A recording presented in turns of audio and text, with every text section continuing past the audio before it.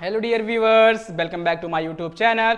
दोस्तों, आज हम मैथ के कुछ ऐसे क्वेश्चंस करने वाले हैं जो आपके एग्जाम के पॉइंट ऑफ व्यू से बहुत ही इंपॉर्टेंट। दोस्तों, वीडियो में आगे बढ़ने से पहले अगर आप हमारे चैनल पे नए हैं तो चैनल को सब्सक्राइब कर लीजिए। वीडियो को बिना स्किप किए दोस्तों अंत तक देखिए।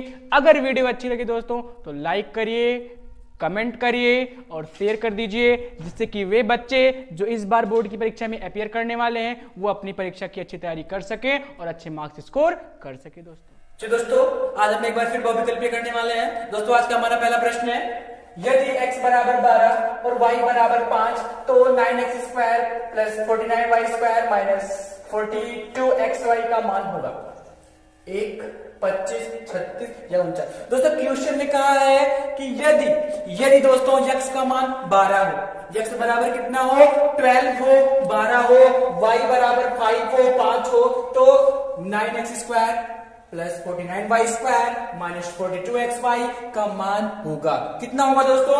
1 होगा, 25 होगा, 36 होगा या 49 होगा? कितना होगा ये आपको बताना। दोस्तों देखिए, आप कंफ्यूज नहीं होंगे, बड़ी वैल्यूज हैं, आप तुक्का नहीं मारेंगे। मैंने आपको अपने पहले वीडियो में पहले बताया था कि बहुविकल्पीय इस बार आपकी परीक्षा में 20 आने वाले हैं। 20 क्वेश्चन आप बहुत अच्छे से करना है, आपको एक भी नंबर कटना नहीं चाहिए। आप अच्छे से करोगे, तुक्का नहीं मारना है, गलती नहीं करनी है। एक एक क्वेश्चन बहुत ही आराम से करना है, अच्छे से करना है। बहुत टाइम होता है, 3 घंटे, आराम से हो जाएगा। देखते हैं क्वेश्चन दोस्तों। 9x square plus 49y square minus 42xy। आइए दोस्तों हल करते हैं इसको। देखिए, क्वेश्चन ने क्या कहा है कि 9x square plus 49y square minus 42xy। x की वैल्यू 12 है, x की वैल्यू दोस्तों 12 है, y की वैल्यू 5 है। अब आप सोचोगे कि सर अगर 12 की वैल्यू रखेंगे, 12 का रखेंगे, x की वैल्यू 12 रखेंगे, y की वैल्यू 5 रखेंगे, होल स्क्वायर करेंगे, बहुत बड़ा सॉल्व करना पड़ेगा। नहीं, बिल्कुल नहीं। मेरे साथ जुड़े रहिए, आप आराम से कर सकते हो, बहुत ही इजी मेथड से कर सकते हो। दोस्तों अब देखिए दोस्तों, इसको ये लिखा है 3x स्क्वायर, सॉरी ये 9x स्क्वायर लिखा है, यानी 3x का होल स्क्वायर। कैसे? आपके दिमाग में होगी सर कैसे? दोस्तों, ये जो 9 है, क्या हम इसे 3 का स्क्वायर लिख सकते हैं? जी हाँ, 3 का स्क्वायर 9 होता है। समझ में आ रहा होगा आपको। इधर देखिए, 3 स्क्वायर x स्क्वायर, ऐसे ही दोस्तों 49 7 स्क्वायर y स्क्वायर। बहुत ही इसी तरीके से करना है, बहुत ही अच्छे से करना है दोस्तों। एक एक क्वेश्चन हो जाएगा, आपका एक भी नंबर नहीं कटेगा, आराम से करेंगे। 9 को 3 का स्क्वायर लिख सकते हैं, x स्क्वायर हो गया। 49 को 7 से लिख सकते हैं ना, 7 स्क्वायर y स्क्वायर। ऐसे ही दोस्तों 42 दोस्तों क्या, 2 इंटू 3 इंटू 7 लिख सकते हैं। 2 3 6 7 42, तोड़ना ही तो है। 2 3 6 7 42 में तोड़ दिया ना, क्या मिला?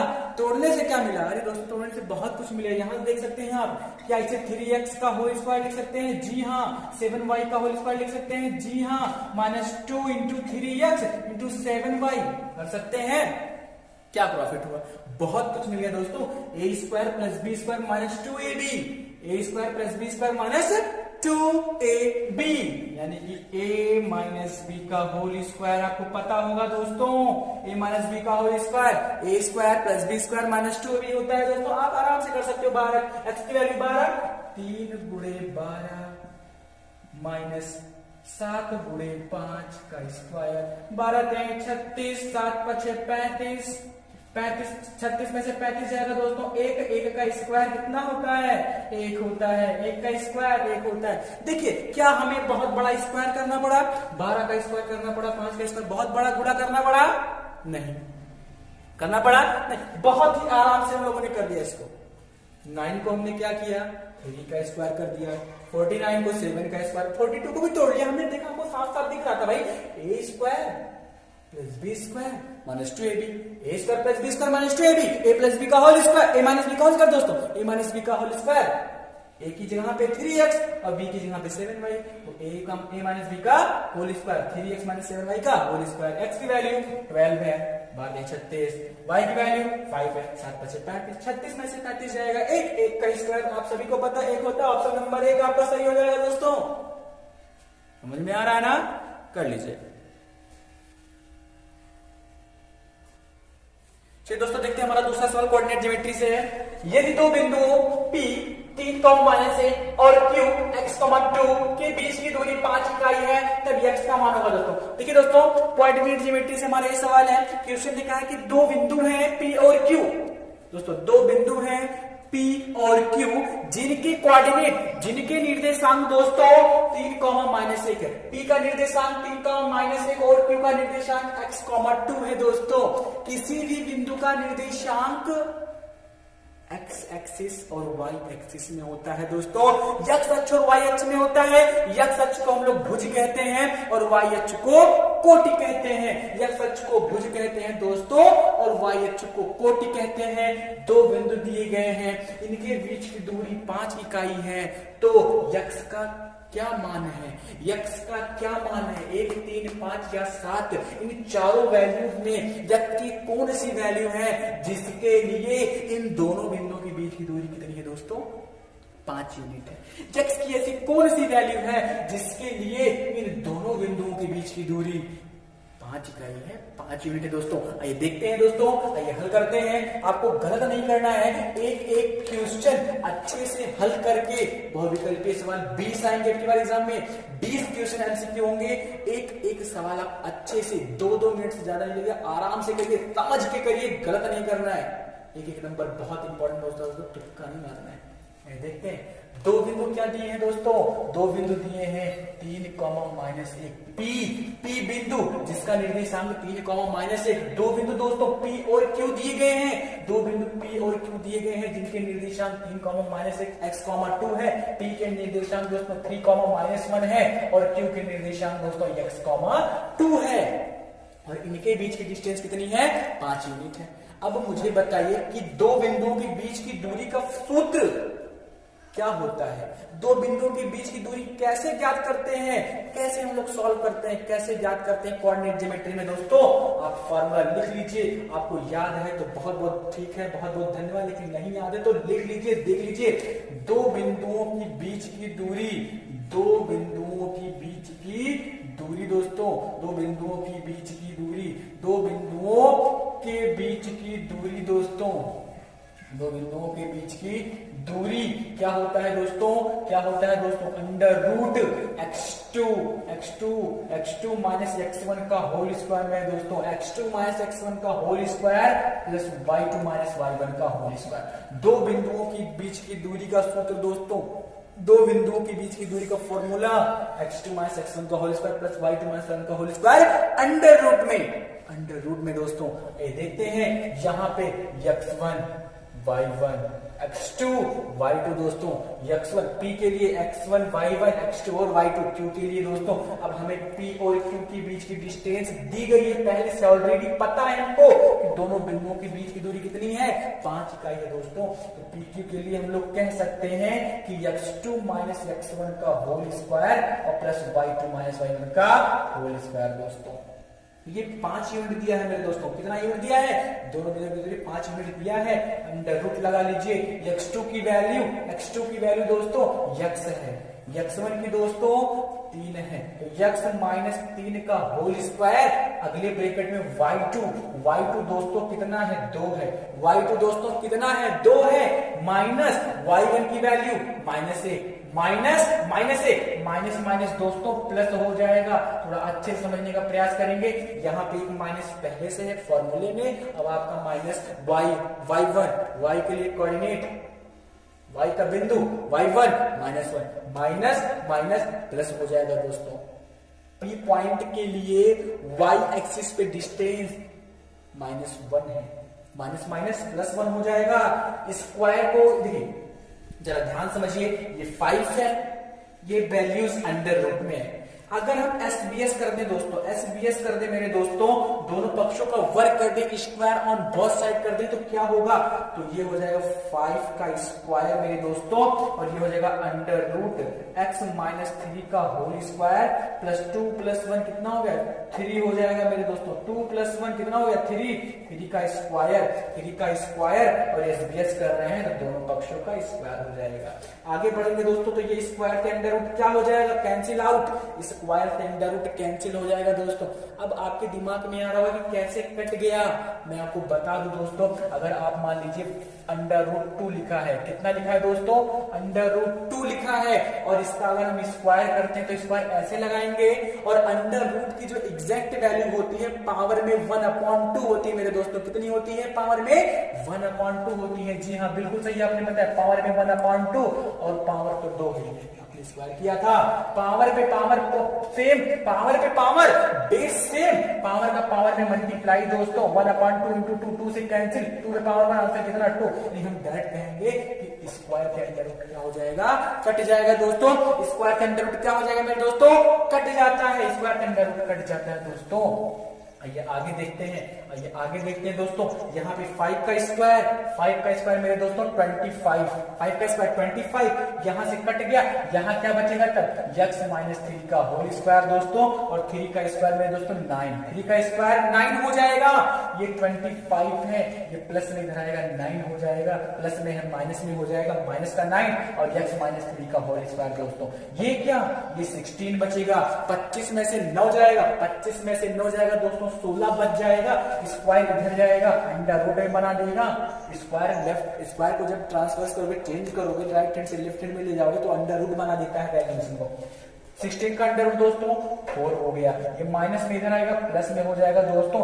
x की वैल्यू कितनी आ गई, x की वैल्यू दोस्तों एक बार चेक कर लीजिए, x की वैल्यू दोस्तों, x की वैल्यू 16 का अंडर रूट हम लोग कितना करेंगे, 16 का अंडर रूट 4 हो गया, ये माइनस में इधर आएगा प्लस में, x is equal to 4 plus 3x is equal to कितना दोस्तों 7, x की वैल्यू 7, x की वैल्यू 7, ऑप्शन नंबर आपका डी सही हो जाएगा। आप क्रॉस चेक करना चाह रहे हो कर सकते हो, क्रॉस चेक करना चाहे कर सकते हो। ये देखते हैं x2, अब x की वैल्यू कितनी मिल गई 7, यानी दूसरा कोऑर्डिनेट हमारा हो गया 7,2, दूसरा कोऑर्डिनेट कितना हो गया y क्यों के लिए, क्यों के लिए दूसरा कोऑर्डिनेट 7,2 बन गया दोस्तों।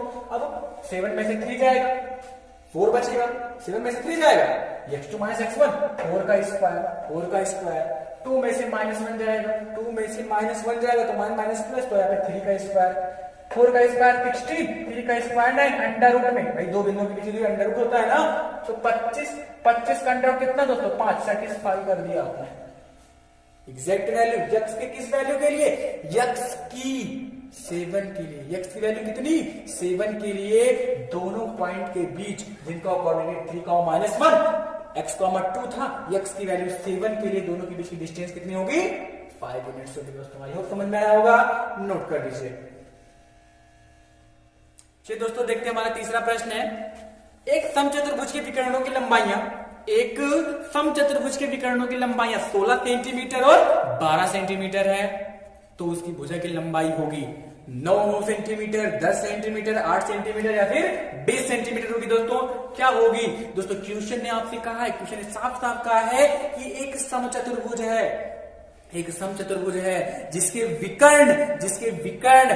विकर्णों की लंबाइयां 16 सेंटीमीटर, 12 सेंटीमीटर है। विकर्णों की लंबाइयां क्रमशः 16 सेंटीमीटर और 12 सेंटीमीटर है, तो उसकी भुजा की लंबाई क्या होगी दोस्तों, 9 सेंटीमीटर, 10 सेंटीमीटर, 8 सेंटीमीटर या 20 सेंटीमीटर क्या होगी, ये आपको बताना है। बहुत इंपॉर्टेंट सवाल है दोस्तों। आइए देखते हैं, क्वेश्चन ने कहा एक समचतुर्भुज हमने ले लिया, आइए दोस्तों हल करते हैं इसको, आइए दोस्तों हल करते हैं इसको। आइए देखिए, हमने ले लिया कि ABCD एक समचतुर्भुज है, ABCD एक समचतुर्भुज है दोस्तों, जिसके विकर्ण AC और BD हैं, जिनके विकर्ण AC और BD हैं, इनकी लंबाइयां क्रमशः 16 सेंटीमीटर और 12 सेंटीमीटर दोस्तों। माना दोस्तों ABCD एक समचतुर्भुज है मेरे दोस्तों, हमने मान लिया कि ABCD एक समचतुर्भुज है और AC और BD क्या है, विकर्ण है। AC और BD क्या है दोस्तों, AC और BD क्या है मेरे दोस्तों, AC और BD विकर्ण है और दिया है इनकी लंबाइयां क्रमशः, मान लिया AC बराबर 16 और BD बराबर कितना 12, दोनों में से किसी एक को मान कोई स्पेशल कहा नहीं है कि हाँ AC 16 है BD 12 है, लेकिन आप मान सकते हो, आप BD को भी 16 मान सकते हो, AC को भी 12 मान सकते हो, दोनों में से किसी पर। तो हमने क्या कर लिया कि AC को 16 सेंटीमीटर मान लिया और BD विकर्ण को 12 सेंटीमीटर मान लिया। मेरे दोस्तों सबसे पहले आप समचतुर्भुज की प्रॉपर्टी समझ लीजिए, अदरवाइज इस क्वेश्चन को नहीं लगा पाएंगे। प्रॉपर्टी समझिए। समचतुर्भुज क्या होता है? समचतुर्भुज क्या होता है दोस्तों? समचतुर्भुज एक क्वाड्रिलेटरल है, एक चतुर्भुज है, और एक ऐसा चतुर्भुज है कैसा जिसके आमने सामने भुजाएं क्या होती हैं? समांतर होती हैं। तो हम कह सकते हैं कि समचतुर्भुज एक प्रकार का समांतर चतुर्भुज है। समचतुर्भुज एक प्रकार का समांतर चतुर्भुज है जिसके विकर्ण दोस्तों, विकर्ण एक दूसरे को लंब समद्विभाजित करते हैं, एक दूसरे को लंब समद्विभाजित करते हैं, बराबर बराबर काटते हैं, और एक दूसरे पर कितने अंश का कोण बनाते हैं? 90 अंश का कोण बनाते हैं दोस्तों। समचतुर्भुज एक ऐसा समांतर चतुर्भुज है जिसकी चारों भुजाएं बराबर होती हैं दोस्तों। स्क्वायर के समान प्रॉपर्टी रखता है। समचतुर्भुज ऐसा चतुर्भुज होता है, ऐसा समांतर चतुर्भुज है जिसकी चारों भुजाएं बराबर होती हैं। ए बी बराबर बी सी बराबर सी डी बराबर ए डी, सभी भुजाएं बराबर होती है दोस्तों। लेकिन विकर्ण दोस्तों एक दूसरे को लंब समद्विभाजित करते हैं, 90 अंश के कोण पर काटते हैं और बराबर बराबर भागों में बांटते हैं दोस्तों। आई होप इतना समझने के बाद आपके दिमाग में पूरा क्वेश्चन हल हो गया होगा। एक बार फिर समझेंगे। समचतुर्भुज एक प्रकार का समांतर चतुर्भुज है, वर्ग के समान प्रॉपर्टी रखता है, चारों भुजाएं बराबर होती हैं, विकर्ण एक दूसरे को लंब समद्विभाजित करते हैं, 90 अंश पे काटते हैं, बराबर बराबर भागों में बांटते हैं। अगर हम मान लें कि वे एक दूसरे को ओ पे काट रहे हैं मेरे दोस्तों, एक दूसरे को कहां पे काट रहे हैं? ओ पे काट रहे हैं, तो एओ किसके बराबर होगा मेरे दोस्तों? एओ जो होगा वो ओसी के बराबर होगा, और बीओ जो होगा मेरे दोस्तों वो ओडी के बराबर होगा। समांतर चतुर्भुज के विकर्ण एक दूसरे को लंब समद्विभाजित करते हैं मेरे दोस्तों। अगर AC 16 है तो कितने कितने भागों में बट जाएगा? 8-8 सेंटीमीटर मेरे दोस्तों। कितने कितने में बट जाएगा? 8-8 सेंटीमीटर में बट जाएगा। समझ में आ रहा है जी? आगे बढ़ते हैं। पूरा BD 12 है, BO कितना हो गया मेरे दोस्तों? BO कितना हो जाएगा? 6 सेंटीमीटर, और ये भी कितना? 6 सेंटीमीटर दोस्तों। समचतुर्भुज के विकर्ण एक दूसरे को परस्पर लंब समद्विभाजित करते हैं। अगर AC 16 है तो वो 8-8 में बट जाएगा, 8-8 सेंटीमीटर में, और दोस्तों BD 12 है तो कितने कितने में बढ़ जाएगा इस हिसाब से?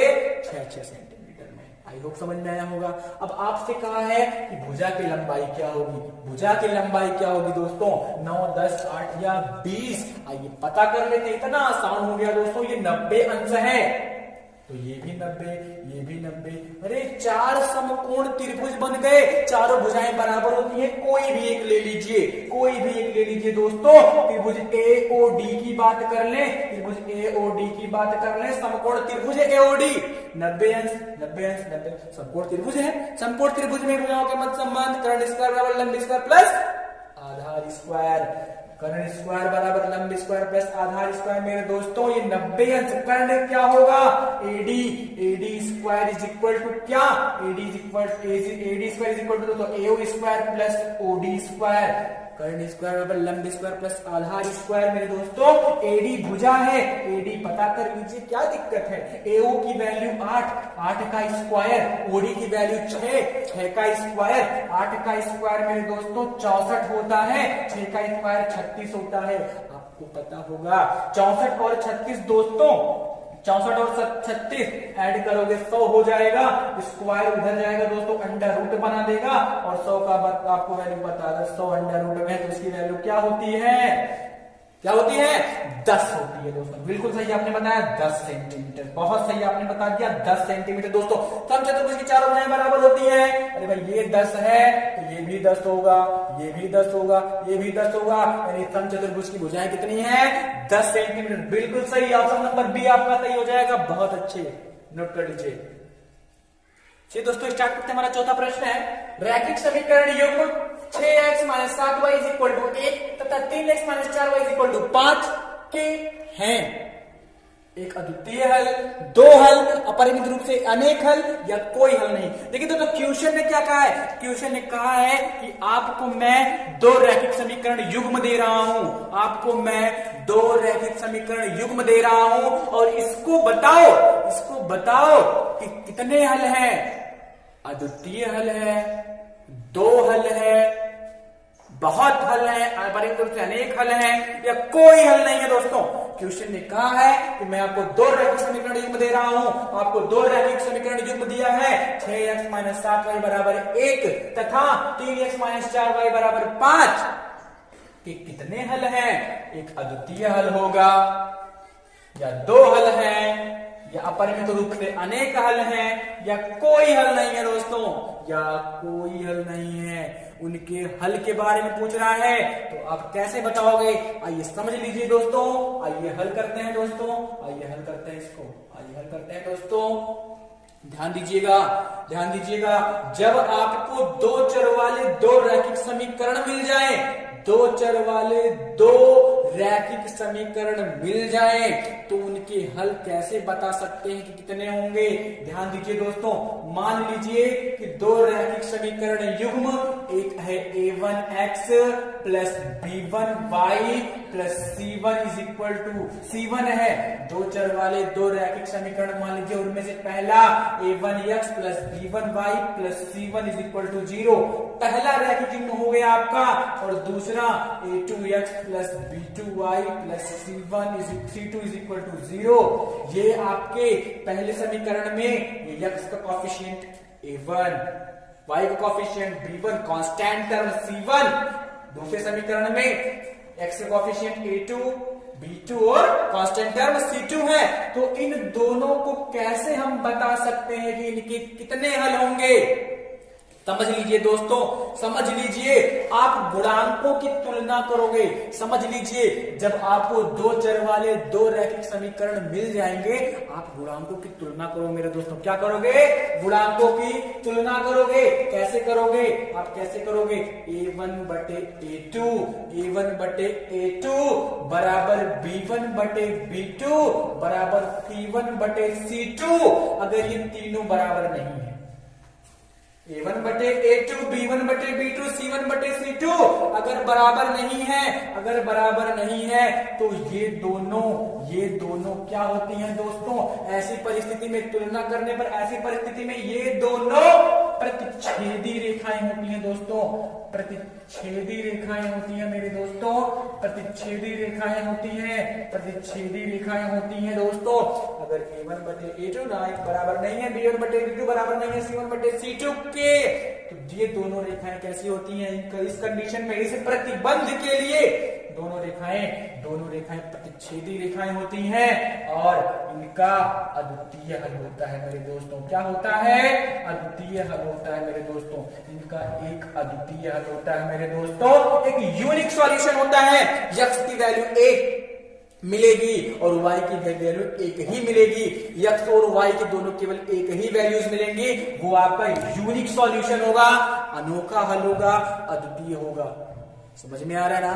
किन प्रतिबंधों के लिए, किन प्रतिबंधों के लिए? यदि a1 बटे a2 बराबर नहीं है b1 बटे b2 के बराबर नहीं है c1 बटे c2 के, तो दोनों रेखाएं प्रतिच्छेदी होती हैं और अद्वितीय हल आपको मिलेगा, यूनिक सॉल्यूशन मिलेगा। अगर आपको दो चर वाले दो रैखिक समीकरण युग्म दिए हैं तो ये पहला प्रतिबंध हो गया मेरे दोस्तों। पहला प्रतिबंध समझ में आया? नोट कर लीजिएगा। दूसरा प्रतिबंध क्या है? दूसरा प्रतिबंध क्या है मेरे दोस्तों? अगर तुलना करने पर a1 बटे a2, b1 बटे b2, c1 बटे c2 मिल रहा है, तब क्या होगा? तब क्या होगा मेरे दोस्तों? तो ये संपाती रेखाएं होती हैं मेरे दोस्तों। क्या होती हैं ये संपाती रेखाएं होती हैं मेरे दोस्तों। ये दोनों समीकरण जो होते हैं, इनसे प्राप्त होने वाली रेखाएं क्या होती हैं? समपाती रेखाएं होती हैं मेरे दोस्तों। एक के ऊपर एक जाने वाली होती हैं, एक के ऊपर एक जाने वाली होती हैं, संपाती रेखाएं होती हैं और इनके अपरिमित रूप से अनेक हल होंगे मेरे दोस्तों। अपरिमित रूप से मेरे दोस्तों अनेक हल होते हैं, अनेक हल होते हैं। जब दो रेखाएं संपाती हैं तो इनके अपरिमित रूप से अनेक हल होते हैं। किन प्रतिबंधों से हम जानेंगे कि अनेक हल होंगे, संपाती रेखाएं होंगे? a1 बटे a2, b1 बटे b2, c1 बटे c2 तीनों आपस में क्या हो? बराबर हो मेरे दोस्तों। अपरिमित रूप से अनेक हल होंगे, संपाती रेखाएं होंगी। दूसरा प्रतिबंध हो गया। तीसरे प्रतिबंध के लिए मेरे दोस्तों, यदि a1 बटे a2 बराबर b1 बटे b2 हो लेकिन c1 बटे c2 के बराबर ना, A1 बटे A2 हो, B1 बटे B2 बराबर हो, लेकिन C1 बटे C2 बराबर ना हो दोस्तों। ऐसी कंडीशन में दोनों रेखाएं क्या होती हैं? समांतर होती है मेरे दोस्तों, समांतर रेखाएं होती हैं, समांतर रेखाएं होती हैं, और कोई हल नहीं होता मेरे दोस्तों, कोई हल नहीं होता, कोई हल नहीं होता। समांतर रेखाएं मतलब कहीं काटेंगे ही नहीं, तो क्या कोई हल मिलेगा? जी नहीं, बिल्कुल नहीं मिलेगा। समांतर रेखाएं कहीं नहीं काटेंगे, कोई हल नहीं मिलेगा। तीनों प्रतिबंध मैंने आपको बता दिया मेरे दोस्तों। A1 बटे A2 बराबर B1 बटे B2 बराबर C1 बटे C2 हो। संपाती रेखाएं अपरिमित रूप से अनेक हल। A1 बटे A2 बराबर नहीं है B1 बटे B2 बराबर नहीं है C1 बटे C2 के, तो प्रतिच्छेदी रेखाएं होती है दोस्तों, अद्वितीय हल मिलता है। लेकिन अगर A1 बटे A2 बराबर B1 बटे B2 है और C1 बटे C2 नहीं है, तो रेखाएं समांतर होती हैं और उन्हें कोई हल नहीं होता, कोई भी हल नहीं होता, उन्हें हम हल नहीं कर सकते। आइए समझ में आ रहा होगा दोस्तों। आइए आगे बढ़ते हैं। अब आपका क्वेश्चन ने क्या कहा है? क्वेश्चन ने कहा है कि दो रैखिक समीकरण युग्म दिए गए हैं, दो रैखिक समीकरण युग्म दिए हैं, तो इनका क्या होगा? अद्वितीय हल होगा, दो हल होगा, परिमित अनेक हल होगा, या कोई हल नहीं होगा। चेक कर लेते हैं दोस्तों। दिए गए समीकरण 6x - 7y बराबर 1 है, 6x - 7y बराबर 1 है, इधर ले आइए, 6x - 7y - 1 बराबर 0 हो जाएगा मेरे दोस्तों। ऐसे ही दूसरा समीकरण क्या है? 3x - 4y बराबर 5 है, 3x - 4y - 5 बराबर 0 हो जाएगा मेरे दोस्तों। समीकरण 2 हो गया। समीकरण 2, दो चर वाले दो समीकरण आपके मिल गए। कोएफिशिएंट की तुलना कर लीजिए, गुणांकों की तुलना कर लीजिए। A1 बटे A2 6 बटे 3 मेरे दोस्तों, 6 बटे 3 हो जाएगा। आगे बढ़ेंगे मेरे दोस्तों, तो 7 बटे -4 हो जाएगा, और C के लिए मेरे दोस्तों -1 बटे 5 हो जाएगा।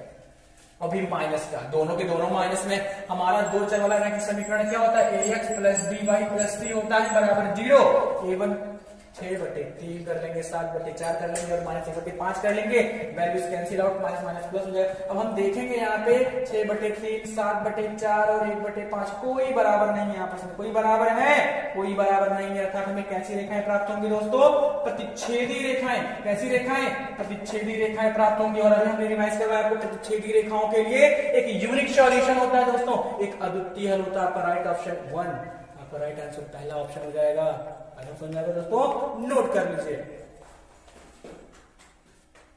फिर दोस्तों स्टार्ट करते हैं। हमारा पांचवा प्रश्न है 2 क्यूब इंटू 3 इंटू 5 तथा 2 क्यूब इंटू 3 का लासा है 130, 135, 120 या 150 दोस्तों। क्वेश्चन ने कहा है कि दो संख्याएं हैं, ये दो संख्याएं हैं, लेकिन उनका अभाज्य गुणनखंड करके दिया गया है, उनका प्राइम फैक्टराइजेशन रूप दिया है। वो संख्याएं हैं दोस्तों, संख्याओं का प्राइम फैक्टराइजेशन करके दिया है, जो कैसे है? 2 की पावर 3 है, इंटू 3 है, इंटू 5 है, तथा 2 की पावर 3 इंटू 3 का लासा है दोस्तों। लासा क्या? लासा मतलब दोस्तों लघुत्तम समापवर्ग, यानी कि एलसीएम, लीस्ट कॉमन मल्टीपल। वह छोटी सी छोटी संख्या, दोस्तों जो इनसे और इनसे डिविजिबल है दोस्तों, विभाजित है। एलसीएम का मतलब लासा, लीस्ट कॉमन मल्टीपल, लघुत्तम समापवर्ग दोस्तों। अर्थात वह छोटी सी छोटी संख्या जो इन दोनों से क्या है मेरे दोस्तों? डिविजिबल है। वो क्या है? 130 है, 135 है, 120 है या 150 है। कौन सा ऑप्शन सही हो सकता है? आइए देख लीजिए दोस्तों, आइए हल करते हैं इसको। तुक्का नहीं मारना है आपको, तुक्का नहीं मारना है, अच्छे से करना है। आपके पास बहुत टाइम होता है, अच्छे से करिए, समझ के करिए। एक बार जब समझ जाएंगे तो आपको दोबारा सॉल्व करने में बहुत ज्यादा टाइम नहीं लगेगा। अभी आप यहाँ पे सीख रहे हो, आपको बहुत ज्यादा टाइम नहीं लगेगा जब आप सीख जाओगे। चलते हैं दोस्तों। क्वेश्चन क्या कहा है कि दो संख्याएं हैं जो अभाज्य गुणनखंड के रूप में दी गई है, इनका लासा बताना है आपको, लघुत्तम समापवर्ग बता दो। तो उनका अभाज्य गुणनखंड दो संख्याओं का 2 की पावर 3 इंटू 3 इंटू 5 दिया है, और अगला क्या दिया है? 2 क्यूब 2 के पावर 3 और इंटू 3 दिया है। ये दो संख्याएं हैं, इनका लासा क्या होगा दोस्तों? बहुत आसान होता है दोस्तों, बहुत आसान होता है लासा निकालना बहुत आसान होता है। क्या कॉमन है मेरे दोस्तों? 2 के पावर 3 कॉमन है। क्या कॉमन है मेरे दोस्तों? 2 की पावर 3 कॉमन है मेरे दोस्तों। क्या कॉमन है मेरे दोस्तों? 3 कॉमन है मेरे दोस्तों। क्या कॉमन है? 3 कॉमन। क्या बच गया? जो बच गया उसका भी मल्टीप्लाई कर देंगे। अगर HCF निकालना होगा, HCF निकालना होगा, मासा निकालना होगा, तो जो कॉमन होगा उन्हीं को लिख के गुणा करेंगे। जैसे 2 की पावर 3 और 3 कॉमन था तो महत्तम समापवर्त में केवल इसको ही लिखते, लेकिन यहाँ पे निकालना क्या आपको लासा निकालना है मेरे दोस्तों, लासा निकालना है तो जो कॉमन है उसको भी लिखेंगे और जो नहीं कॉमन है उसको भी लिख के मल्टीप्लाई कर देंगे। क्या मिलेगा हमको? 8, 2 के पावर 3 का मतलब 8, 2 into 2 into 2 8 हो गया, इंटू 3 इंटू 5 हो गया मेरे दोस्तों, 8 3 24 पंच। आपको पता हो कितना आसान हो गया, देखिए कितना आसान हो गया, कितना आसान हो गया दोस्तों लासा निकालना, कितना आसान होगा लासा निकालना मेरे दोस्तों, कितना आसान हो गया। ऑप्शन नंबर 3 आपका सही हो जाएगा, 120। आप यहां से भी चेक कर सकते हो, अगर आप इनको वास्तविक रूप में चेंज करना चाहो तो कर सकते हो। जैसे 2 के पावर 3 का मतलब 8, 8 3 24 पंचे मेरे दोस्तों 120 हो गया, और 2 के पावर 8 गुणे 3 24, यानी ये संख्याएं 120 और 24 थी, 120 और 24 थी दोस्तों, इनका योगफल आप किसी विधि से निकालोगे 120 ही आएगा। कितना है? 120, 120 एक टर्म 120, 24 पंचे 120, यानी हम कहेंगे कि इन दोनों संख्याओं का लासा, लासा का मतलब बहुत छोटी थी, छोटी संख्या जो 120 और 24 से डिविजिबल है, क्या होगा? 120 ही ना होगा। कर लीजिए, अगर समझा नोट कीजिए दोस्तों। चलिए दोस्तों देखिए हमारा छठा प्रश्न है, यदि tan a बराबर 5/12 है तो tan a plus cos a into sec a का मान है क्या है दोस्तों? 6/13, 7/12, 209/144, 12/17। इन चारों ऑप्शनों में से कौन सा ऑप्शन सही होगा दोस्तों? यदि दोस्तों tan a बराबर 5/12 है, यदि tan a बराबर 5/12 है तो tan a plus cos a into sec a का मान क्या होगा दोस्तों? 6/13, 7/12, या 209/144 या 12/17। इन चार ऑप्शन में से कौन सा ऑप्शन होगा दोस्तों? आइए देखते हैं दोस्तों, आइए हल करते हैं इसको, आइए दोस्तों हल करते हैं इसको। देखिए दिया क्या है, tan a बराबर दोस्तों 5/12 दिया है दोस्तों, tan a बराबर दोस्तों 5/12 दिया है। अब से वैल्यू किसकी पूछ रहा है? tan a plus cos a into sec a की वैल्यू पूछ रहा है। आप देख सकते हो, आप आराम से कर सकते हो, बहुत ही आराम से कर सकते हो। ये क्या है दोस्तों? ये है लंब। ये क्या है दोस्तों? ये है आधार। ये है लंब, ये है आधार। और cos में आपका कर्ण होता है आधार बटे कर्ण, sec में मतलब कर्ण बटे आधार होता है दोस्तों। आपको कर्ण चाहिए, क्या चाहिए? कर्ण चाहिए। 5 12 13 का ट्रिपलेट होता है, 5 12 13 का ट्रिपलेट होता है। मैं आपको बता दूं कैसे होता है। देखिए समकोण त्रिभुज में ये त्रिकोणमितीय अनुपात लिए जाते हैं, समकोण त्रिभुज में तीनों त्रिकोणमितीय अनुपात लिए जाते हैं दोस्तों, 6 होते हैं, sin cos tan cot sec cos sec, उनमें से 3 का रिलेशन दिया गया है इसमें। आप देख सकते हो कर्ण बराबर क्या होगा? कर्ण स्क्वायर बराबर मेरे दोस्तों लंब स्क्वायर प्लस आधार स्क्वायर। कर्ण स्क्वायर बराबर लंब स्क्वायर प्लस आधार स्क्वायर मेरे दोस्तों। लंब कितना? 5 का स्क्वायर, आधार कितना दोस्तों? 12 का स्क्वायर। ये हो गया 25, ये हो गया 144 मेरे दोस्तों। ऐड करोगे आपका कितना हो जाएगा? इतना हो जाएगा 169। यहाँ पे कर्ण बच गया, स्क्वायर भेज दोगे अंडर रूट हो जाएगा मेरे दोस्तों। यहाँ पे 13 आ जाएगा। कितना आ जाएगा? 13। कर्ण कितना मेरे दोस्तों? 13। कर्ण कितना? 13 सेंटीमीटर। अगर आधार 12 सेंटीमीटर, लंब 5, आधार 12 सेंटीमीटर, लंब 5 सेंटीमीटर, तो कर्ण क्या हो जाएगा मेरे दोस्तों? 13 सेंटीमीटर हो जाएगा। आप पाइथागोरस लगा सकते हो। अब वो वैल्यू किसकी चाहिए? tan a plus cos a into sec a की वैल्यू चाहिए मेरे दोस्तों। tan a plus cos a और इंटू में sec a की वैल्यू चाहिए आपको। मल्टीप्लाई कर दीजिए मेरे दोस्तों, tan a sec a plus cos a sec a दोस्तों। वैल्यू पुट कर दीजिए। tan a बराबर मेरे दोस्तों क्या है? 5/12 दिया है, 5/12 दिया है। sec a का वैल्यू दोस्तों, sec a का वैल्यू कर्ण बटे आधार होता है। कर्ण की वैल्यू 13 दी गई है, 13 आई है। हमने कितना निकाला है? 13। और आधार कितना मेरे दोस्तों? आधार कितना मेरे दोस्तों? 12। 13/12 हो गया। प्लस cos a की वैल्यू का आधार बटे कर्ण, cos a आधार बटे कर्ण 12/13, 12/13 मेरे दोस्तों। sec a अभी हमने लिखा 13/12 हो जाएगा। एक बार फिर चेक करेंगे। tan मतलब लंब बटे आधार, sec मतलब कर्ण बटे आधार, cos मतलब आधार बटे कर्ण, और sec मतलब आधार बटे कर्ण, नहीं कर्ण बटे आधार। cos जो है वो sec का उल्टा, sec जो है वो cos का उल्टा होता है। कैंसिल आउट बचेगा केवल 1। यहां से देखिए 13 का 6 65 और 12 पर 144 मेरे दोस्तों, और यहाँ पे बच गया 1। इसके नीचे 1 है, क्रॉस मल्टीप्लाई करके सॉर्ट कर लीजिए। 65 प्लस 144 और बटे 144 हो जाएगा। 5 के कम 65, 144 के कम 144, नीचे भी वही हो जाएगा। ऐड करोगे मेरे दोस्तों 5 4 9 14 से 20, 209 बटे 144। राइट ऑप्शन मेरे दोस्तों आपका थर्ड ऑप्शन राइट हो जाएगा, 209 बटे 144। यदि tan a बराबर 5 बटे 12 दिया हो तो tan a plus cos a into sec a का मान कितना हो जाएगा, 209 बटे 144 हो जाएगा मेरे दोस्तों। आई होप समझ में आएगा, नोट कर लीजिए। चलिए दोस्तों देखते हैं हमारा अगला सवाल त्रिभुज से है। त्रिभुज ABC और DEF में AB बटे DE बराबर BC बटे FD है, तब दोनों त्रिभुज समरूप होंगे जब कोण B कोण E के बराबर हो जाए, या कोण A बराबर D हो जाए, या B बराबर D हो जाए, या A बराबर F हो जाए।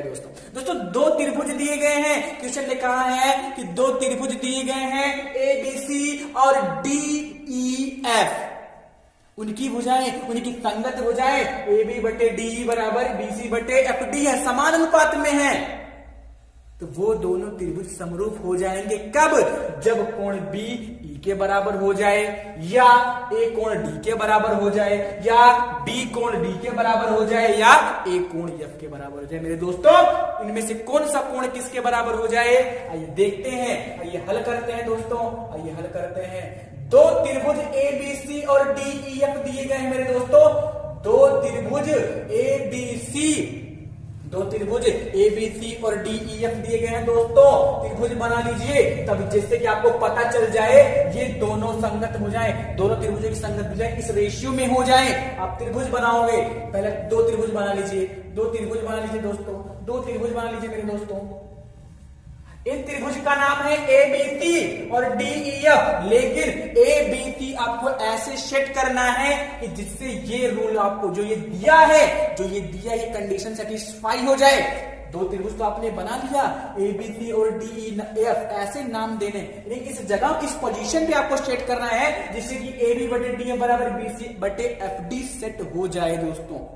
ये संगत भुजाएं एक अनुपात में है, ये AB बटे DE BC बटे FD, ये दोनों त्रिभुजों की संगत भुजाएं समान अनुपात में है, तो किस कोण के लिए दोनों त्रिभुज समरूप हो जाएगा, आपको यही बताना है मेरे दोस्तों, यही बताना है। आइए देखते हैं, अगर मान लीजिए हम यहाँ पे ABC सेट कर देते हैं, ABC सेट हो गया। अब क्वेश्चन ने कहा है कि AB बटे DE है, अगर AB यहां है तो DE कहीं ये वाली भुजा होनी चाहिए, संगत भुजाएं, अगर AB ये है तो D ये होना चाहिए, अगर BC ये है तो FD ये होना चाहिए मेरे दोस्तों। सेट करिए FD, अगर आप यहाँ पे FD लिखते हो तो बचा क्या E, लेकिन क्या आपने सही सेट किया है, AB बटे DE हुआ है, नहीं तो AB बटे तो EF हो गया। हमें DE चाहिए मेरे दोस्तों, क्या चाहिए, D चाहिए। एक इसको चेक करें, BC बटे FD, एक सीधे तो सेट हो गया था, आधार तो हो गया था BC बटे FD, लेकिन क्या सही है, नहीं, पूरा कंडीशन सेटिस्फाई होना चाहिए, पूरा कंडीशन जो प्रतिबंध दिया है पूरा सेटिस्फाई चाहिए। AB बटे DE होना चाहिए और BC बटे FD होना चाहिए। बस चेंज क्या कर दीजिए, यहाँ पे अगर D और F कर दें, यहाँ पे D और F कर दें, क्या सर हो जाएगा, जी बिल्कुल हो जाएगा। AB बटे DE और BC बटे FD हो गया, मैनेज हो गया दोस्तों, मेरे मैनेज हो गया दोस्तों। AB बटे DE हो गया और BC बटे FD हो गया। अब यहाँ पे बस समझ में आया ना, हमने क्या कर दिया, इसको मैनेज कर दिया। बस अब एक कोण किसके बराबर होगा, अगर ये दोनों त्रिभुज समरूप होते हैं तो A कोण किसके बराबर होगा, देखिए ध्यान दीजिएगा, AB बटे DE दिया है और BC बटे FD दिया है मेरे दोस्तों, BC बटे FD दिया है। तो अगर समानुपात है, साइड एंगल साइड से त्रिभुज समरूप होते हैं, साइड एंगल साइड से त्रिभुज ABC समरूप होते हैं, DEF एक दूसरे के समरूप होते हैं, ये दोनों साइड एंगल साइड से by side angle side criteria से, तो एंगल ए किसके बराबर होना चाहिए, एंगल ए किसके बराबर होना चाहिए मेरे दोस्तों, ई के। एंगल बी किसके बराबर होना चाहिए मेरे दोस्तों, एंगल बी डी के बराबर होना चाहिए। और एंगल सी किसके बराबर होना चाहिए मेरे दोस्तों, एंगल एफ किसके, एफ के। एंगल ए एंगल ई के बराबर, एंगल बी एंगल डी के बराबर, एंगल सी एंगल एफ के बराबर होना चाहिए मेरे दोस्तों। ऑप्शन कौन सा, क्या बीई दिखा, नहीं ए दिखा, नहीं सी एफ दिखा, नहीं बस बीडी दिखा। तो किस कोण के लिए, इस कोण के लिए, कोण बी बराबर कोण डी के लिए ये दोनों त्रिभुज क्या होंगे, समरूप होंगे, जब उनकी भुजाओं में ये प्रतिबंध दिया हो। ऑप्शन नंबर आपका 3 राइट आंसर हो जाएगा दोस्तों। आप यहाँ बच्चे को ए बराबर ई हो गया, क्या कहीं दिख रहा है आपको, नहीं। बीसी बराबर है, कहीं दिख रहा है, नहीं। तो क्या दिख रहा है, बी बराबर डी, ऑप्शन नंबर 3, यानी कोण बी के लिए कोण बराबर होना चाहिए बी डी के बराबर, सी एफ के बराबर, ए ई के बराबर, यानी ये दोनों त्रिभुज समरूप होंगे। ए बी बटे डी बराबर बी सी बटे एफ डी भी होगा, लेकिन बी कोण किसके बराबर होना चाहिए, डी के बराबर होना चाहिए। दोनों त्रिभुज क्या होंगे, समरूप होंगे दोस्तों। आइए समझ आएगा, नोट कर लीजिए। दोस्तों देखते हैं हमारा 8वां प्रश्न है। 12 सेंटीमीटर त्रिज्या वाले एक वृत्त के त्रिज्यखंड का क्षेत्रफल होगा यदि त्रिज्यखंड का कोण 60 अंश हो। मेरे दोस्तों क्वेश्चन ने क्या कहा है कि 12 सेंटीमीटर त्रिज्या वाले वृत्त के त्रिज्यखंड का क्षेत्रफल क्या होगा यदि त्रिज्यखंड का कोण 60 अंश है। ऑप्शन है आपके 20 पाई सेंटीमीटर स्क्वायर, 24 पाई सेंटीमीटर स्क्वायर, 30 पाई सेंटीमीटर स्क्वायर और 18 पाई सेंटीमीटर स्क्वायर। दोस्तों चारों ऑप्शन में से कौन सा एक ऑप्शन आपका सही हो सकता है, ये आपको बताना है दोस्तों। त्रिज्यखंड का मतलब समझ लीजिए, वृत्त की किन्हीं दो त्रिज्याओं संगत चाप के मध्य घिरा भाग त्रिज्यखंड कहलाता है दोस्तों, ये त्रिज्यखंड कहलाता है। पूरा कोण 360 है, ये कितने की 60 बना रहा है यहाँ पे 60 है, तो 60 का 360 का 60वां भाग ही तो होगा 60 अंश, यानी कि पूरे कोण में से 60 बटे 360। और वृत्त का क्षेत्रफल आप जानते हैं क्या होता है, पाई आर स्क्वायर होता है। तो theta upon 360 pi R square अर्थात 60 बटे 360 पाई आर स्क्वायर इस त्रिज्यखंड का क्षेत्रफल होगा। 60 बटे 360 पाई आर स्क्वायर क्या होगा, इस त्रिज्यखंड का क्षेत्रफल होगा दोस्तों। आइए हल करते हैं दोस्तों, आइए हल करते हैं। थीटा आर बराबर त्रिज्या कितना 12 सेंटीमीटर। मेरे दोस्तों त्रिज्या कितना 12 सेंटीमीटर और कोण थीटा कोण 60 डिग्री। त्रिज्या कितना मेरे दोस्तों 12 सेंटीमीटर, कोण कितना 60 है। अब आपको पता है थीटा कोण वाले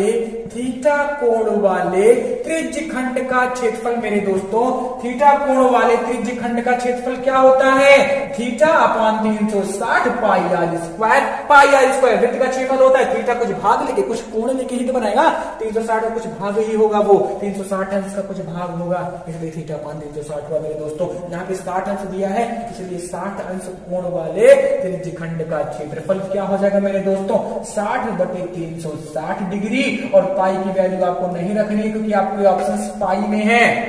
और त्रिज्या 12 सेंटीमीटर स्क्वायर, तो 12 गुणे 12 हो जाएगा। 6 6 36, 60 एकम 60, 60 छक्के 360, 6 एकम 6, 6 दूनी 12, 12 दूना 24, 24 पाई सेंटीमीटर स्क्वायर ऑप्शन दो। आपका आंसर क्या हो जाएगा 24 पाई सेंटीमीटर स्क्वायर। राइट ऑप्शन मेरे दोस्तों, राइट ऑप्शन 24 पाई सेंटीमीटर स्क्वायर, ऑप्शन नंबर 2।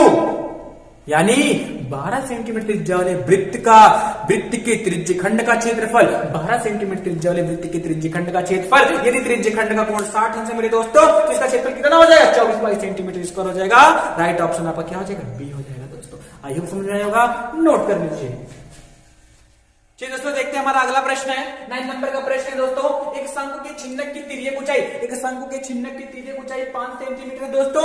यदि इसके दोनों वृत्तीय तीरों की त्रिज्याओं का अंतर 4 सेंटीमीटर है तो छिन्नक की ऊंचाई क्या होगी दोस्तों, छिन्नक की ऊंचाई क्या होगी दोस्तों। क्वेश्चन ने क्या कहा है, एक शंकु का छिन्नक है, शंकु का छिन्नक क्या दोस्तों, एक शंकु ले लीजिए मेरे दोस्तों, एक वृत्ताकार जिसका एक आधार वृत्ताकार शंकु ले लीजिए, इसको बीचों बीच से काट दीजिए। बीचों बीच से काटने के बाद कुछ आकृति ऐसे आपको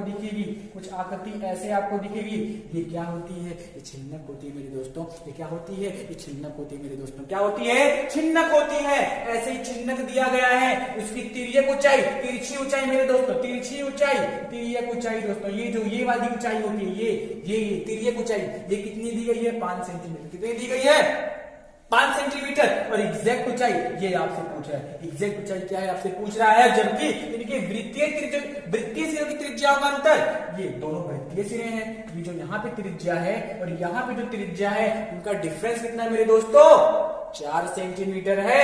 तो आपसे पूछ रहा है कि उसकी एग्जैक्ट ऊंचाई क्या होगी मेरे दोस्तों, एग्जैक्ट ऊंचाई क्या होगी। आइए हल करते हैं, घबराना नहीं है, हर एक सवाल को बहुत ही अच्छे से करना है, एक भी नंबर आपका नहीं कटेगा, हल करके करना है, गलत नहीं करना है, एग्जाम में तुक्का नहीं मारना है दोस्तों, अच्छे से करना है। 20 प्रश्न आएंगे इस बार एमसीक्यूज के, 20 प्रश्न आएंगे दोस्तों, एक भी क्वेश्चन गलत नहीं जाना चाहिए आपका। देखते हैं शंकु की छिन्नक की तिर्यक ऊंचाई मेरे दोस्तों, तिर्यक ऊंचाई दोस्तों किससे प्रदर्शित करते हैं, तिर्यक ऊंचाई को जरा मुझे बता दीजिए किससे प्रदर्शित करते हैं, एल से। बिल्कुल सही आपने कहा, किससे, एल से। कितना दिया है 5 सेंटीमीटर। उनके वृत्तीय सिरों की त्रिज्याओं का अंतर मेरे दोस्तों R2 माइनस R1 मान लीजिए कितना दिया है 4 सेंटीमीटर मेरे दोस्तों। अरे भाई ये वृत्तीय सिरे ऊपर भी वृत्तीय नीचे वृत्तीय, इनकी त्रिज्याओं का अंतर R2 माइनस प्लस r1 कितना 4 सेंटीमीटर मेरे दोस्तों, कितना 4 सेंटीमीटर। आपसे पूछ रहा है उसकी एग्जैक्ट ऊंचाई h क्या होगी, h क्या होगी मेरे दोस्तों, h क्या होगी आप जानते हैं दोस्तों, लिखेंगे तब तिर्यक ऊंचाई बराबर क्या होता है, मुझे बता सकते हैं क्या? तिर्यक ऊंचाई बराबर क्या होता है मेरे दोस्तों? तिर्यक ऊंचाई मेरे दोस्तों यल बराबर under root H square plus R2 minus R1 का whole square. H plus under root L बराबर under root H square plus R2 minus R1 का होल स्क्वायर मेरे दोस्तों, ये 5 दिया है, ये 5 दिया है, तिर्यक ऊंचाई 5 दिया है मेरे दोस्तों, ये निकालना है आपको। ये कितना दिया है डिफरेंस दोस्तों, तो 4 दिया है, कितना दिया है 4 दिया है। एसबीएस कर दीजिए, स्क्वायर ऑन बोथ साइड मेरे दोस्तों, स्क्वायर ऑन बोथ साइड दोनों पक्षों का वर्ग करोगे तो ये 5 का स्क्वायर 25 बना लेगा। 5 का स्क्वायर मेरे दोस्तों दोनों पक्षों का वर्ग होकर 5 का स्क्वायर 25, इधर स्क्वायर अंडर रूट से क्या हो जाएगा कैंसिल, अंडर रूट स्क्वायर में कैंसिल हो जाएगा, बचेगा केवल एच स्क्वायर प्लस 4 का स्क्वायर 16 मेरे दोस्तों, और जो अंडर रूट था वो स्क्वायर से कट जाएगा। कैसे कटा एक बार देख लीजिए मेरे दोस्तों, अंडर रूट था वो स्क्वायर करोगे ये क्या हो जाएगा, कट जाएगा। क्या हो जाएगा मेरे दोस्तों, कट जाएगा। क्या हो जाएगा, कट जाएगा मेरे दोस्तों। तो ये 25 हो गया, यहाँ बचा है एच स्क्वायर प्लस 16, ये प्लस में है इधर आएगा माइनस में, 25 माइनस 16 मेरे दोस्तों, 25 माइनस 16 मेरे दोस्तों 9 होता है। कितना होता है, 9 होता है। और एच स्क्वायर उधर जाएगा स्क्वायर अंडर रूट बना लेगा, और अंडर रूट 9 आप जानते हो, सब जानते हो आप सब, अंडर रूट 9 की वैल्यू 3 होती है 3 सेंटीमीटर। उस चिन्ह की एग्जैक्ट ऊंचाई कितनी हो जाएगी मेरे दोस्तों, 3 सेंटीमीटर। राइट ऑप्शन आपका क्या हो जाएगा, 3 हो जाएगा। आई होप नोट कर लीजिए मेरे दोस्तों।